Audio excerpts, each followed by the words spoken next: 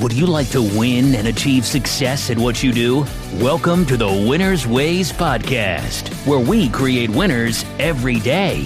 And now, your host, the author of Winner's Ways book and life coach, Bola Alabi.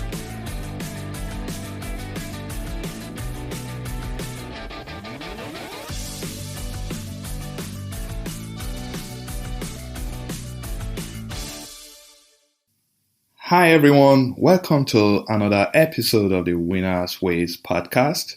I'm your host, Bola Alabi.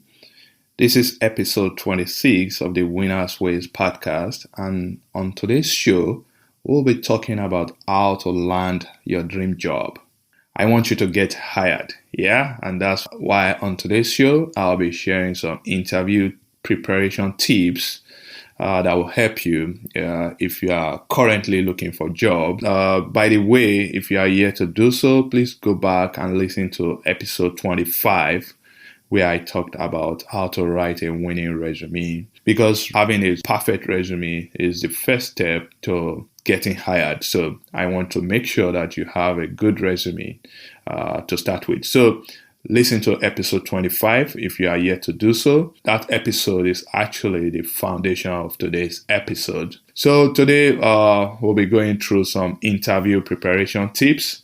Now you've been invited for that interview. Congratulations, because you've achieved two important things. The first thing is that your resume is considered acceptable and fit for the role. Yay, that's a good one. And you've probably had one or two phone interview, and they consider you fit for that role. So now that you are having this face-to-face interview, we want to make sure that you are successful. We want to make sure that you win that job and you close the deal.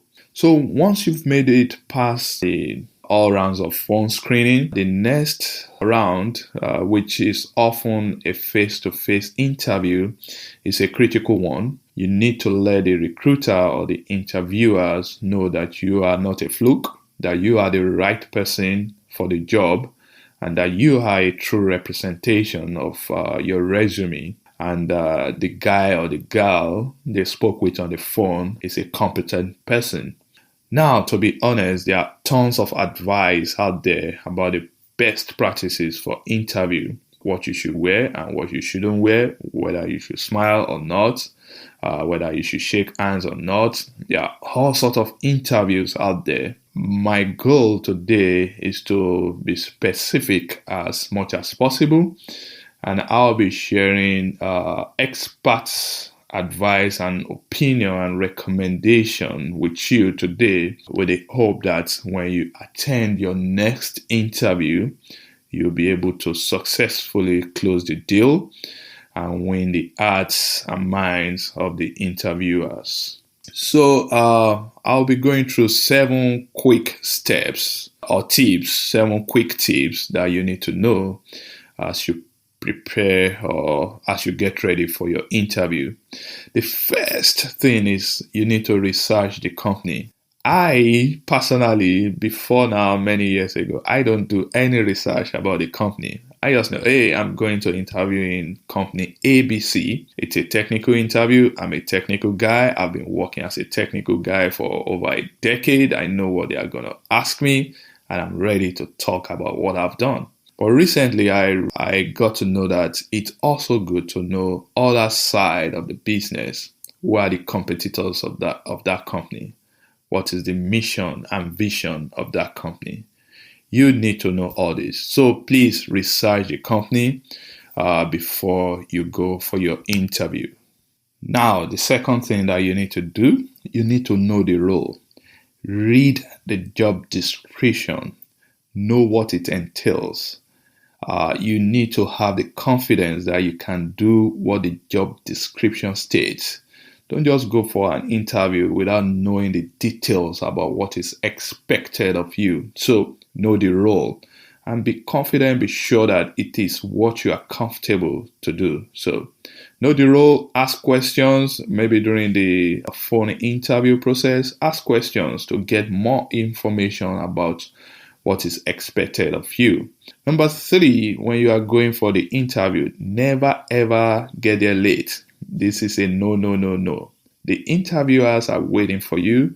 You shouldn't be there late.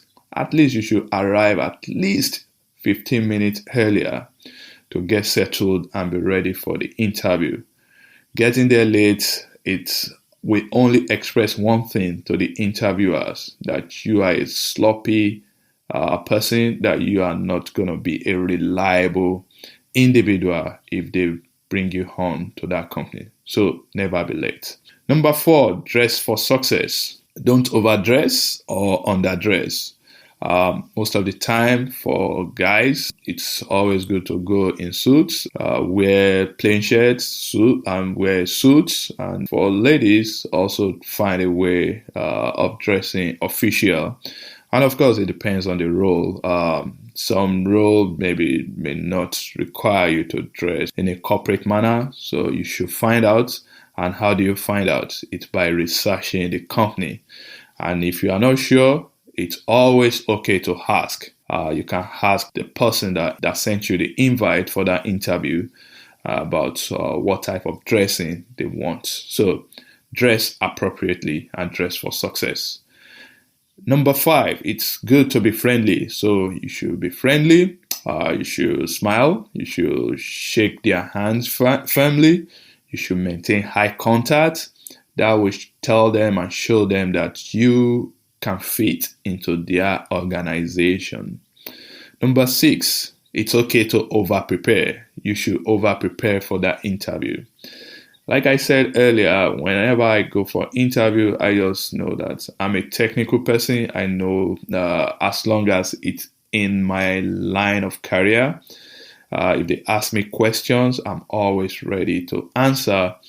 But I just got to know that it's passing an interview is beyond just knowing the narrow area or scope of your work. You should know the company, you should know their competitors, you should know the market, and you should be able to talk about the mission and vision of the company as well. Number 7, that's you need to sell yourself, you need to close the deal. This is about telling the employer or the interviewers what you've done, your accomplishment, how you fit in to that company, and how passionate you are about the role. You should talk to them, express to them, let them see that you are enthusiastic about coming on to join the company. So sell yourself. I recently stumbled across an article that was written about what CEOs of some startup companies, what they actually look for when they interview people. And since I figured out that one of the jobs of CEO is to bring in the right people on board, I think whatever they have to share will be useful for you, my audience. So I'll be sharing some tips from some CEOs. Hopefully it will help you when you are preparing for your next interview. The first person is the CEO of Electronic Alchemy, Dr. Chance Glenn. Dr. Chance is looking for people's personality, character, and attitude. He doesn't even care about the appearance. He's reviewing and assessing your character, your personality, and attitude as you are sitting across him and during the interview. So he's concerned about how you greet him, how you react, your body language, the level of your confidence as a candidate. So these are the things that he's looking at, because he said the level of confidence, the body language, and the level of charisma is an indication of how successful a potential employee will be in a team environment. So, to put it simply, it's looking for confident people. Number 2, the CEO of Amobi, Kim Perel. She wants passionate people in her organization. So when she's interviewing people, she's looking for trends that will show how passionate you are, how enthusiastic you are about the role, and who is ready and willing to go above and beyond to accomplish their goals. So you should be passionate, enthusiastic about the role that you are applying to. So number 3, according to Christine Andrew-Konis, the founder of Notion Consulting, she's looking for a candidate that is self-aware and who is flexible. According to her, to be successful, a candidate needs to be able to maximize their strengths, address their development needs, and do it with confidence. So she's looking for people that are flexible. And they'll know all this maybe during the conversation with you. So to put it simply, Andrew Konis Christine is looking for flexible candidates. Number 4, the CEO of Global Force, Eric Mosley, is mostly concerned about respectfulness. How respectful are you? According to him, in a workplace full of humans, respect is the first step towards social connection and the highest level of collaboration among colleagues. So, how can you show respect? By being prepared for your interview, by arriving on time, and being ready for that interview.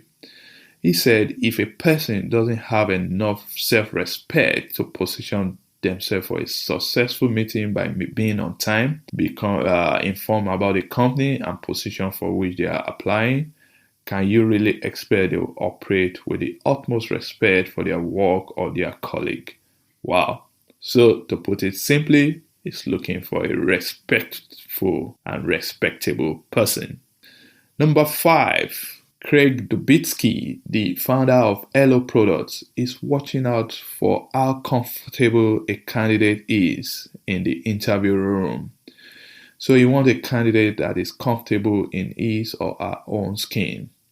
You want someone that is strong yet humble. You want people that are truly comfortable and confident when they are going through the interview process.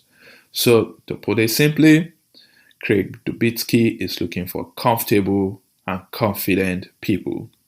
Number 6, this is very important. According to Rick Kostick, the CEO of 100% Pure, he has a question about weaknesses. And for me, what I've learned in the past is that when they ask me questions about my weakness, I should find a way of turning my weakness into strength. But this guy wants people to be vulnerable. He wants people to be genuine and authentic. He doesn't like answers like, I work too hard that I forget to take time off for myself. You see, that is not real according to him. He said he's not looking for a perfect person. I'm looking for a person that will take risks, make mistakes, and be open to constructive criticism to help them grow.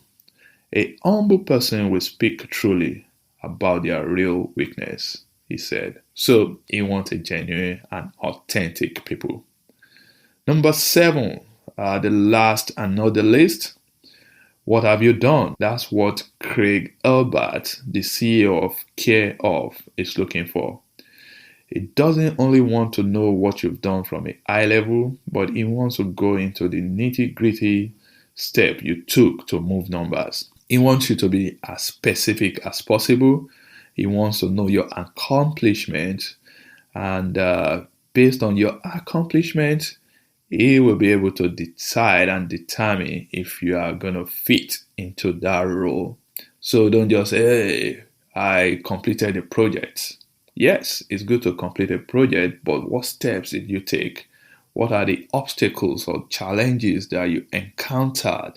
And how did you overcome those challenges? So Craig Elbert wants to go into the nitty-gritty and get all the details from you. So to put it simply, he's looking for a result-oriented individual. And that's it. To put all these things into perspective and to summarize this, when you go for your interview, you have to show that you are a result-oriented person. You have to be authentic, be genuine. When they ask questions about your weakness. It's okay to talk about the mistakes that you've made in the past. When you go for interview, you should be comfortable, you should be confident. And how can you be confident? You can only be confident if you apply for roles that you truly qualify for, if you apply for roles that you are passionate about, if you apply to companies that you really, really want to work with, and you should be respectful.